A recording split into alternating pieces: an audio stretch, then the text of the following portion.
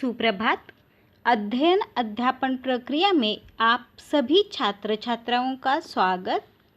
तो आज हम रिवीजन करेंगे। तो रिवीजन में दूसरी इकाई की पहली कविता कह कविराय, इस कविता का आज हम स्वाध्याय देखते हैं कि स्वाध्याय में किस तरह से प्रश्न पूछे जाते हैं। तो देखो, पहला प्रश्न है, सूचना के अनुसार कृतियाँ पूर्ण कीजिए। तो प्रश्न पहला, कौवा और कोकिल में समानता तथा अंतर। तो कौवा और कोकिल में क्या समानता होती है या उसमें अंतर क्या होता है, कवि की दृष्टि से आपको लिखना होता है। तो देखो, कौवा और कोकिल में समानता क्या है, काला रंग, यानी दोनों का रंग एक जैसा होता है। उनकी आवाज़ में अंतर होती है, जैसे कौवे का स्वर है वह कर्कश स्वर रहता है और कोकिल का मधुर स्वर, ये दोनों में अंतर है। और कवि की दृष्टि से कौवा जो है वह गुणहीन है और कोकिल जो है वह गुणी है। तो या कवि की दृष्टि से अगर कोकिल के बारे में लिखना है तो गुण या गुणी ऐसा भी लिख सकते हैं। दूसरा प्रश्न है उसी में से ख, यानी प्रश्न पहला ख, कवि की दृष्टि से मित्र की परिभाषा, यानी कवि ने मित्र के बारे में कविता में क्या कहा है। तो पहला पॉइंट है निस्वार्थ प्रेम करने वाला, दूसरा सुख दुख में साथ देने वाला, तीसरा पैसा देकर मित्रता न करने वाला, ईमानदार, धोखा न देने वाला, ऐसा मित्र होना आवश्यक है। ऐसी मित्र की भाषा कह कविराय इस कविता में गिरिधर जी ने की है। प्रश्न पहला उसी में से ग है, आकृति, बिना सोचे काम करने के परिणाम। तो देखो, बिना सोचे काम करने के परिणाम कवि ने क्या बताए हैं। तो उत्तर है काम बिगड़ जाता है। देखो, अगर हम कोई भी काम करते हैं, अगर बिना सोचे समझे करते हैं तो वो काम बिगड़ जाता है। दूसरा है लोग हंसते हैं, तीसरा पछताना पड़ता है और मन को शांति नहीं मिलती है, इसका उत्तर है। तो उसके बाद प्रश्न है, कविता में प्रयुक्त तत्सम तद्भव देशज शब्दों का चयन करके उनका वर्गीकरण कीजिए तथा 5 शब्दों का वाक्यों में प्रयोग कीजिए। तो देखो, प्रश्न पहले से ठीक से समझते हैं।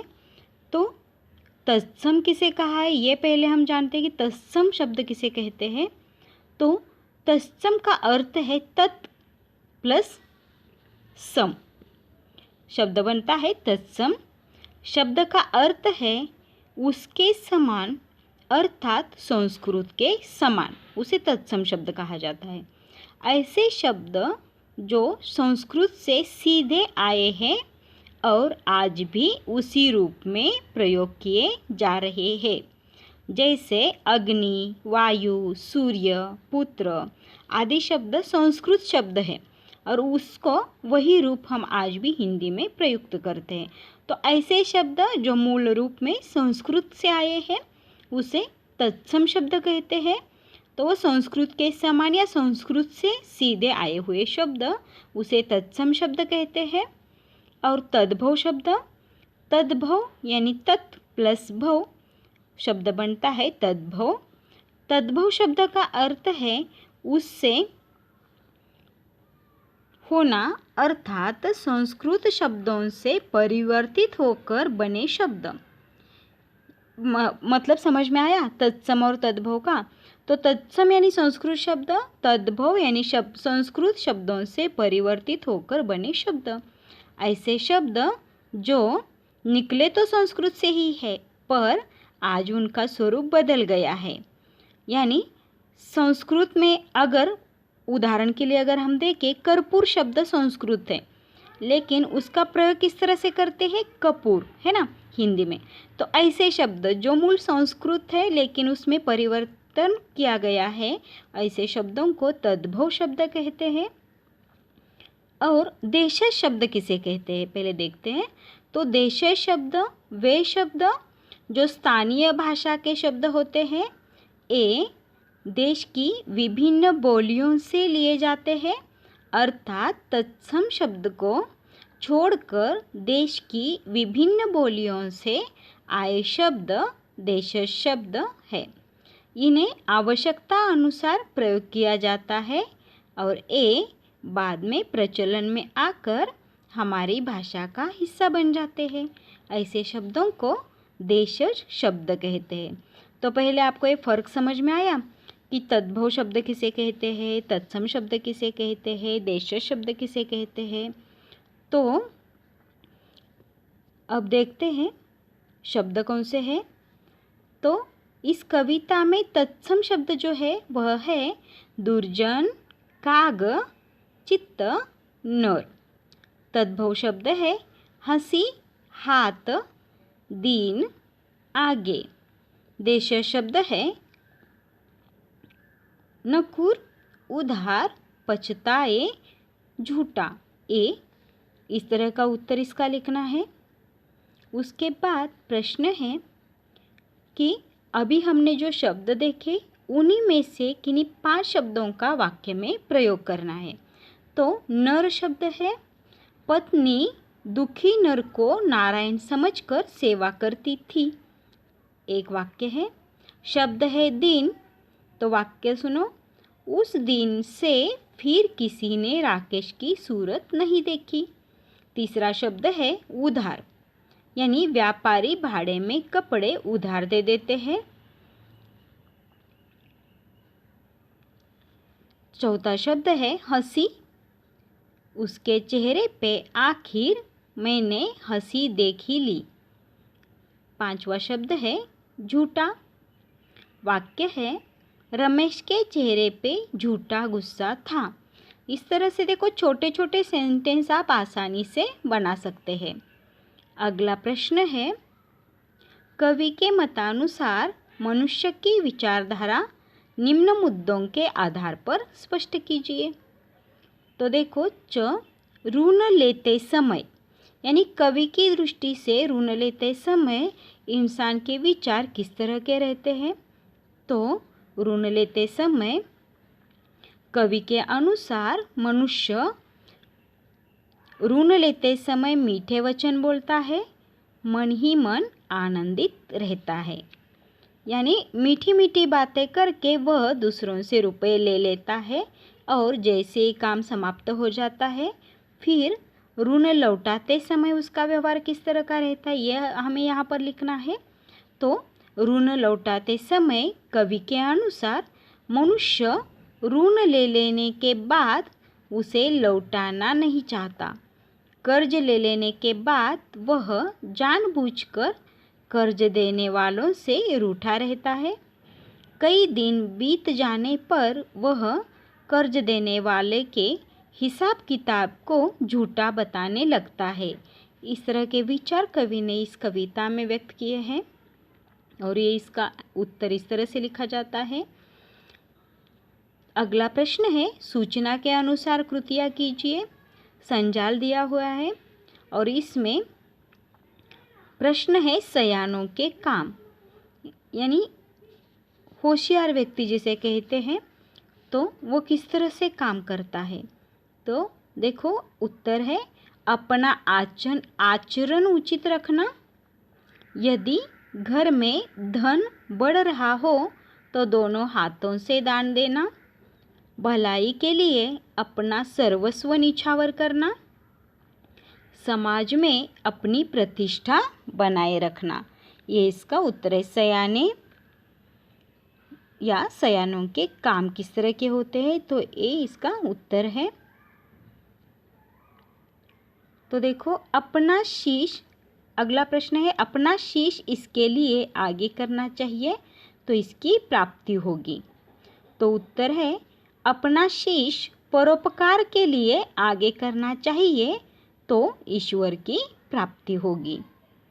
अगला प्रश्न है बड़ों के द्वारा दी गई सीख, यानी जो महान व्यक्ति है या बड़े व्यक्ति है उन्होंने किस तरह की सीख दी है। तो उत्तर है अपना आचरण उचित रखना तथा अपनी प्रतिष्ठा बनाए रखना।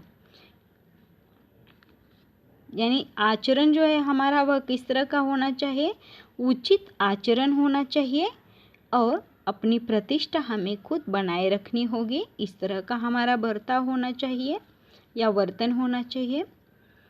अगला प्रश्न है हाथ शब्द पर प्रयुक्त कोई एक मुहावरा लिखकर उसका वाक्य में प्रयोग कीजिए। तो पहला मुहावरा है हाथ पैर फूलना। तो इसका मतलब है डर से घबरा जाना। वाक्य पुलिस को अपने घर आया देखकर मोहन के हाथ पैर फूल गए। दूसरा मुहावरा है हाथ साफ करना। इसका मतलब है मारना या मारपीट करना। वाक्य है शिवाजी के सैनिकों ने शत्रुओं पर खूब हाथ साफ किया। इस तरह से वाक्य आप बना सकते हैं। कोई भी मुहावरा है तो उसका अर्थ लिखना आवश्यक होता है और अर्थ लिखने के बाद उस मुहावरे को वाक्य में प्रयोग करना होता है। तो अब देखते हैं हम स्वमत अभिव्यक्ति, यानी स्वमत में किस तरह से प्रश्न पूछे जाते हैं, उसके उत्तर कितने लिखने आवश्यक है। तो कम से कम 5 या 6 पंक्तियों में आवश्यक होता है उत्तर लिखना उसका। तो प्रश्न देखो क्या है, खुशियाँ बांटने से बढ़ती है, इस विषय पर अपना मत स्पष्ट कीजिए। तो देखो उत्तर, सच ही कहा गया है कि खुशियाँ बांटने से बढ़ती है। खुशियाँ संपत्ति की भांति होती है। जिस प्रकार हम अपनी संपत्ति का जितना दान करते हैं उतनी वह बढ़ती रहती है, ठीक उसी प्रकार हम जितनी खुशियाँ लोगों में बांटेंगे उतनी ही मात्रा में वह बढ़ती है। इस तरह का विचार इस कविता में कवि ने बताया है। अगर आप किसी की आँखों में दर्द देखते हैं तो उसके साथ अपने आंसुओं को बांटो। अगर आप किसी की आँखों में मुस्कान देखते हो तो उसके साथ अपनी खुशियों को बांटो। आपको परम सुख की अनुभूति होगी। आपका मन प्रसन्न एवं प्रफुल्लित हो जाएगा, जिस कारण आपकी खुशियाँ दुगुनी हो जाएगी। मदर टेरेसा जी ने सभी दीन दुखी अनाथ बालकों के जीवन में खुशियाँ भर दी, तो संसार ने उन्हें नोबेल पुरस्कार देकर उनकी खुशियों को दुगुना कर दिया। अतः स्पष्ट है कि खुशियाँ बांटने से बढ़ती है। अगला प्रश्न है बिना विचारे जो करे सो पाछे पछताए, इस विषय पर विचार स्पष्ट कीजिए। तो देखो इसका उत्तर किस तरह से लिखते हैं। तो जो व्यक्ति बिना विचार किए काम करता है उसे बाद में पछताना पड़ता है, क्योंकि बिना विचारपूर्वक किया गया कोई भी काम ठीक से पूर्ण नहीं होता है। संसार में हमें ऐसे कई उदाहरण मिलेंगे कि जिन्होंने बिना विचारे काम किए और चौपट हो गए। भारत के कई शासक ऐसे थे जिनमें बिल्कुल विचार करने की शक्ति नहीं थी। वे आपस में ही एक दूसरे से लड़ते रहे। इसी कारण अंग्रेज़ों ने उन्हें कुचल दिया। यदि कोई छात्र पूरे वर्ष में किताबों को छूता ही नहीं, उसे बाद में पछताना ही पड़ता है। बिना विचार किए काम करने वालों की स्थिति उस शेकचिल्ली की भांति हो जाती है जिसने टहनी पर बैठकर उसी को पेड़ से अलग कर रहा था। तो आपने शेकचिल्ली जो है उसकी कहानी तो सुनी ही होगी। वो जिस टहनी पर बैठा था उसी टहनी को पेड़ से अलग कर रहा था, यानी काट रहा था। अगर वह पूरी काट देता तो वह टहनी के साथ खुद भी नीचे गिर जाता और ये उसकी समझ में नहीं आ रहा था, ये उसने सोचा नहीं था और इसीलिए वह क्या कर रहा था, जिस टहनी पर बैठा था उसी टहनी को काट रहा था। और इसीलिए उसके जैसी हालत नहीं करनी है और इसीलिए कोई भी काम सोच समझकर करना चाहिए। तो व्यक्ति को कोई भी कार्य करने से पहले जल्दबाजी में निर्णय नहीं लेना चाहिए। जल्दबाजी में लिया गया निर्णय गलत साबित हो सकता है, अतः इसे ठीक से सोचकर ही सही निर्णय लेना चाहिए, नहीं तो व्यक्ति को बाद में पछताना पड़ेगा। तो इस तरह का उत्तर लिखना आवश्यक होता है। देखो, कोई भी काम करते वक्त हमें सोच विचार करके करना चाहिए। अगर हम बिना विचारे बिना सोचे समझे करते हैं तो उसके बारे में हमें बाद में पछताना पड़ता है और इसीलिए कोई भी काम करते वक्त हमें सोच समझकर वह काम पूरा करना चाहिए, ये इसका मतलब है। और इस तरह से उत्तर लिखना आवश्यक होता है। तो ठीक है, यहाँ पर ये स्वाध्याय खत्म होता है। तो फिर मिलते हैं, तब तक के लिए धन्यवाद।